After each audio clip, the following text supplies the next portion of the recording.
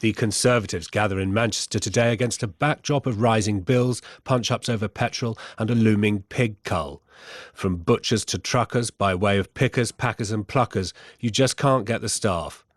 The Prime Minister will use the conference to lay out measures to rebuild the economy, and standing by live is one Tory MP who hopes government measures can yet save Christmas supplies.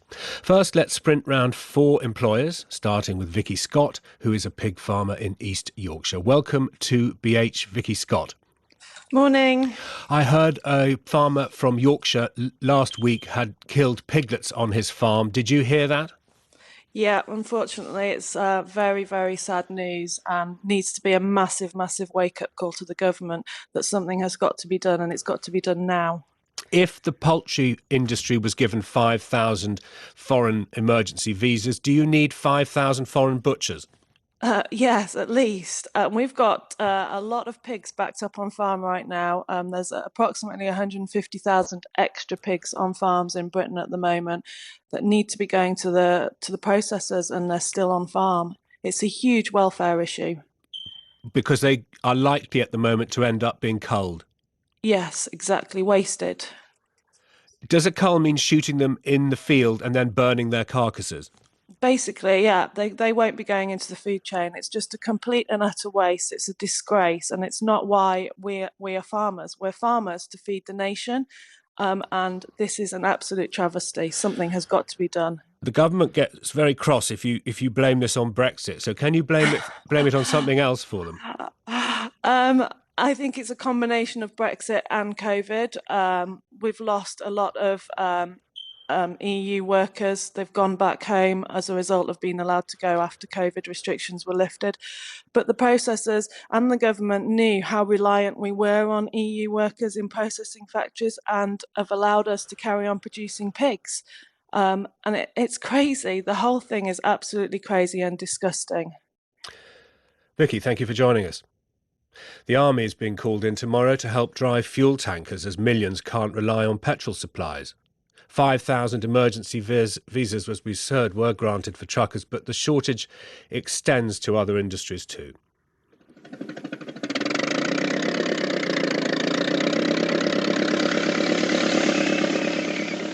Martin Haynes grows vegetables in Gloucestershire for the big supermarkets. His Eastern European pickers are gone and his crops are now left in the ground. He says British workers could take the jobs, but they don't like them. It seems very strange that we have 1.5 million unemployed and we've got 750,000 job vacancies. And I'm looking for somewhere between sort of 20, 30 people. And I've been working with the job centre in Gloucestershire since July, and they haven't found me one single person yet. And our wages are above minimum wage. What will happen with supplies? But this summer we've had courgettes, marrows, pod peas and broad beans that were perfectly edible, and we did not have enough staff to gather those crops in. We will have to review what we grow for 2022, and I can see inflation in food being very, very strong next year because we're going to have to pay those people that we are able to secure and keep in our employment a higher wage. Do you think you're going to stay at it? One really has to look at it. We are yeoman farmers, but we need to make a profit and a living. We're not a charity, and I don't expect the public to be a charity to us. So if we're not making money, if it's not working, you have to do something else. We've always, if you look back over our history as Great Britain, had other people come in to help us do our work. Now suddenly we're shutting that door and expecting to do it all ourselves, which isn't happening.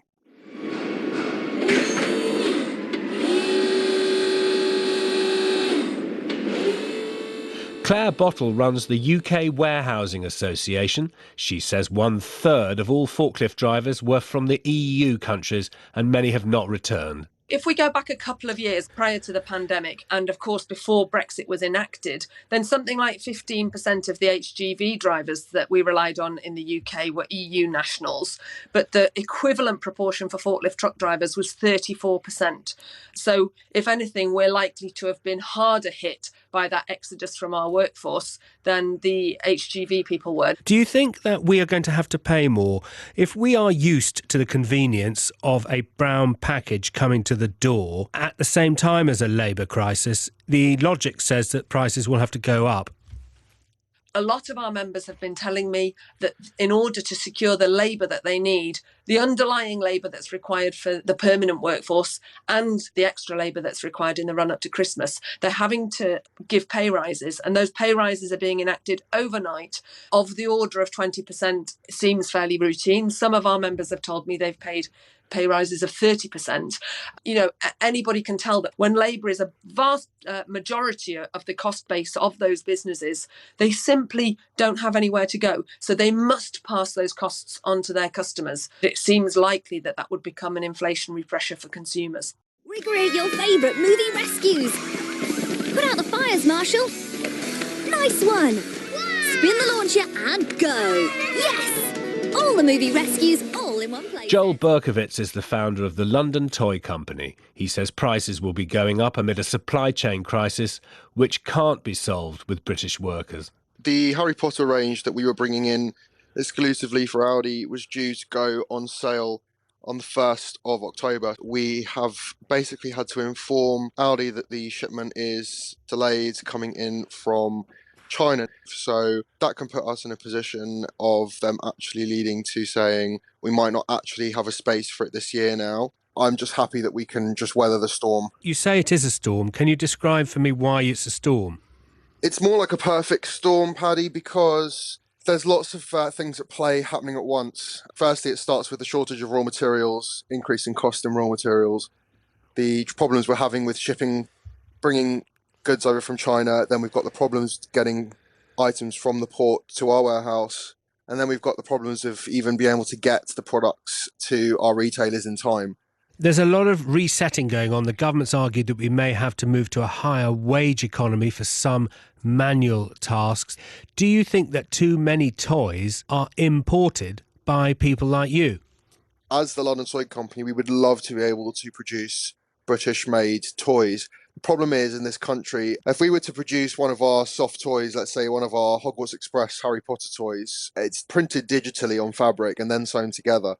What we pay to print digital fabric in the Far East is about $2 per metre.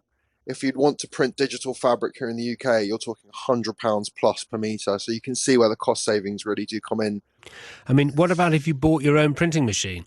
The problem is you need 50, 60 workers for the capacity that we kind of need. And to find that labour in one specific location, which is a very specific set of skills, is seeming quite impossible right now. Joel Berkowitz, oddly rejecting tips on business given by me. Around 10,000 delegates are expected in Manchester for the party's first in-person conference since COVID, and this is the sort of background chatter that we're bringing you that they are hearing too. Scores of traditional red Labour seats turned blue, while in Scotland the Tories lost half their seats, retaining 6. One of those is West Aberdeenshire and Kincardine, whose MP is Andrew Bowie, also Vice Chair of the Conservative Party. I'm pleased to welcome you to BH. Hello, Mr. Bowie. Morning, Paddy. Shall we start with the butchers? Do we need more emergency visas straight away? Well, look, I mean, I represent, as you know, a very rural constituency. I'm aware of the issues across the agricultural sector. That's why the government extended the pilot of the seasonal agricultural workers scheme at 30,000 places, 30,000 temporary visas for people to come over here and work across the agricultural sector. But, you know, listening to that last piece, we can't deny that there are issues out there. There are labour shortages in many sectors, and the government is aware of that and is acting accordingly. That's why we've got 5,000 temporary visas for people to work in poultry. That's why we have 5,000 emergency visas for HGV drivers. And where necessary, the government has proven that it will take the tough decisions and take action to ensure this country continues to function. I know you're a rural constituency because I've looked at what the NFU Scotland President Martin Kennedy has been saying. He says that the government's in denial over Brexit. It's extremely frustrating talking about a COVID recovery visa when it is a Brexit visa which is required. Unless we get recognition that there is a Brexit issue here, I don't think we will move. Will you back the calls in Scotland for more butchers based on a Brexit problem that your cabinet created? Right. So, I mean, I know Martin, and I have a very good relationship with the NFU in Scotland, and I am aware of the issues that are facing farmers across the country, not just in Scotland, but around the UK. But it's a little bit too simple to place all of the issues we are facing at the door of Brexit. We've just faced huge convulsions in how we go about our daily lives as a result of the COVID pandemic and the subsequent lockdown. Many people that were working in these sectors have gone back home to their country of origin and have decided, for whatever reason, not to come back to the UK. We've got 6 million people who applied for settled status, European citizens in this country. So the idea that we're not an attractive place to come and live and work, you are on the continent, is for the birds. But I do completely get and understand the NFU and individuals' farmers' frustration at the issues we're facing right now. I think it's too simplistic to say it's the result of Brexit. Many, many issues that we are dealing with right now, not least recovery from a global pandemic. But we are taking steps to ensure that farmers across the country get the support they need, hence the extension of the seasonal agriculture. Yeah, no. Hence the 5,000 extra poultry workers. Yes, but can you just answer the question from the very beginning, having heard Vicky Scott?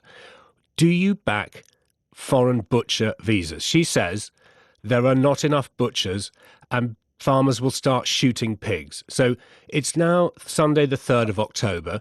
Do you back the increase in foreign butcher visas, Mr. Bowie? Well, I know that the government is looking very seriously at this issue, and if it's determined that is the way to go, I'm sure the government will take the relevant decision, as we have proven in the HGV sector, in the poultry sector, in the seasonal agricultural workers temporary visa scheme. We are taking action across the country. But if the sectors that need labour get it, and I'm sure the Home Office is looking at that right now.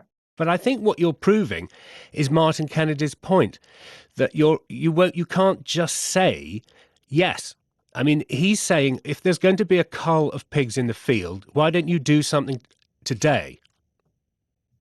Well, we are. We extended the seasonal agricultural workers scheme. We've got 5,000 extra workers from the continent coming to work on poultry farms. And I know that the government are looking the Home Secretary and all of her ministers and officials looking very seriously at the strain on the pigs. The pigs aren't living on the poultry farms. That's why I'm keeping asking you the same question about butchers, because the pigs are on pig farms. Do we need 5,000 emergency butcher visas? Because that's the answer for truckers is yes, the answer for pluckers is no. What's the answer for butchers? The government will take the decisions necessary to ensure that the sectors that are under strain get the support that they need. And I am fully aware, and the government are, of the issues facing those in the pork sector and across the agricultural industries. And that's why we've taken the action that we have. And I'm sure we'll be looking at doing taking more similar steps in the weeks and months to come. So, yes. I said that the government will be looking to take the action necessary to support the sectors that are facing strain right now, as we have proven in the past few weeks that we are able to do. In your own words, how do you look at the background noise as you all gather today with rising taxes for working people and cutting benefits? But your first conference since winning red wall seats. I can see the good news, but also the bad. And how do you sum it all up for us as vice chair of the party? Well, look, the party gathers here in Manchester with a difficult backdrop in the country, as was always going to be the case as we transition from lockdown and the pandemic into a post-COVID world. And we realise that there are issues out there that individuals, hardworking people across the country are facing. So this will not be the traditional post-election celebratory conference that you might expect. Yes, of course, we will be gathering together in good heart. We did win a significant amount of seats in traditionally Labour-held areas across the country, and that's something we celebrate. But we've got a job to do, and the government realises that, and you'll be hearing a lot in the next few days from the conference floor and around Manchester about how we are going to deal with the issues facing the country at the minute, not least the issues that we've been speaking about already this morning. We have, and thank you for doing so. And apologies to both you and to you listening for a slightly patchy line, but I hope you got the sense of what Mr. Bowie thinks.